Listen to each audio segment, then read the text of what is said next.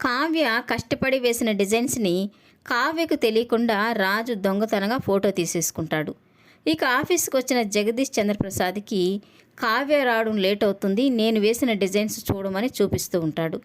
ఇక జగదీష్ చంద్రప్రసాద్ అయితే ఆ డిజైన్స్ చూస్తూ చాలా సంతోషపడిపోతూ ఉంటాడు. ఇక రాజు అయితే ఇలాంటి డిజైన్స్ మీకు ఎక్కడ దొరకవు, చాలా సాంప్రదాయబద్ధంగా దేవుడి నగలు కాబట్టి భక్తి శ్రద్ధలతో చేశాను, ఇలాంటివి ఎక్కడ దొరకవు అని చెప్పి చెప్తూ ఉంటాడు. ఇక ఆ డిజైన్స్ చూసిన శృతి అయితే చాలా ఆశ్చర్యపోతూ ఉంటుంది. ఇవి కావ్య మేడం వేసిన డిజైన్స్ కదా, రాజు సార్ దగ్గరికి ఎలా వచ్చాయి అని అనుకుంటూ ఉంటుంది. ఇక కావ్య ఆఫీస్కి లేటుగా వచ్చేటట్టుగా రాజు ప్లాన్ చేయడంతో ఇక కావ్య లేటుగా ఆఫీస్కి వస్తుంది. ఇక అక్కడికి వచ్చి ఆ డిజైన్స్ చూసి ఒక్కసారిగా షాక్ అయిపోతూ ఉంటుంది. ఇక శృతి అయితే కావ్య దగ్గరికి వచ్చి, అవన్నీ మీరు వేసిన డిజైన్సే మేడం, రాజు సారు చూస్తున్నారా అంటుంటే ఇక కావ్య కూడా తెలుసు, ఇప్పుడు ఏం మాట్లాడకు, మన కంపెనీ పరువు పోతుంది అని చెప్పడంతో ఇక శృతి కామ్గా ఉంటుంది.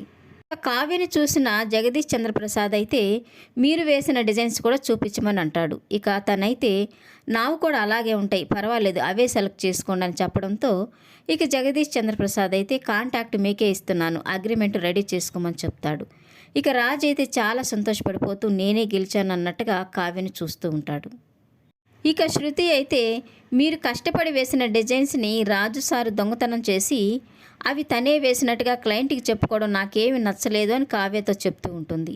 ఇక కావ్య అయితే నా కష్టమైన నా కష్టార్జితమైన నా భర్తకే చెందుతాయి, అయినా కంపెనీ కోసమే కదా తను చేసింది, అయినా మా మధ్య ఎన్నో ఉంటాయి, నీకు ఇష్టం లేకపోతే ఉద్యోగం మానేసి ఇంట్లో కూర్చో అని తనకి బుద్ధి చెప్తూ ఉంటుంది.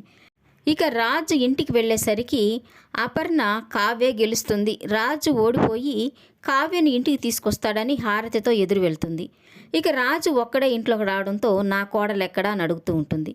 ఇక రాజు అయితే చాలా సంతోషంగా నీ కోడల్ని పర్మనెంట్గా పుట్టింట్లోనే ఉండమని చెప్పాను, నేనే గెలిచానని గట్టిగా అరుస్తూ ఉంటాడు. ఇక ఇంతలో అక్కడికి వచ్చిన రాజు వాళ్ళ తాతయ్య చాలా కోపంగా, ఇది ఒక గెలిపేనా, నువ్వు నా మనవడివి అని చెప్పుకోవడానికి కూడా సిగ్గుపడుతున్నాను అని అరుస్తూ ఉంటాడు.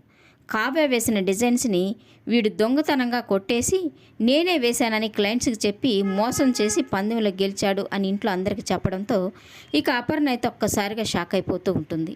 ఇక రాజు వాళ్ళ నానమ్మ అయితే ఇప్పటికీ మించిపోయింది లేదు, కావ్య దగ్గరికి వెళ్ళి తప్పు చేశానని ఒప్పుకొని నీ భార్యని ఇంటికి తీసుకురా అని చెప్తూ ఉంటుంది.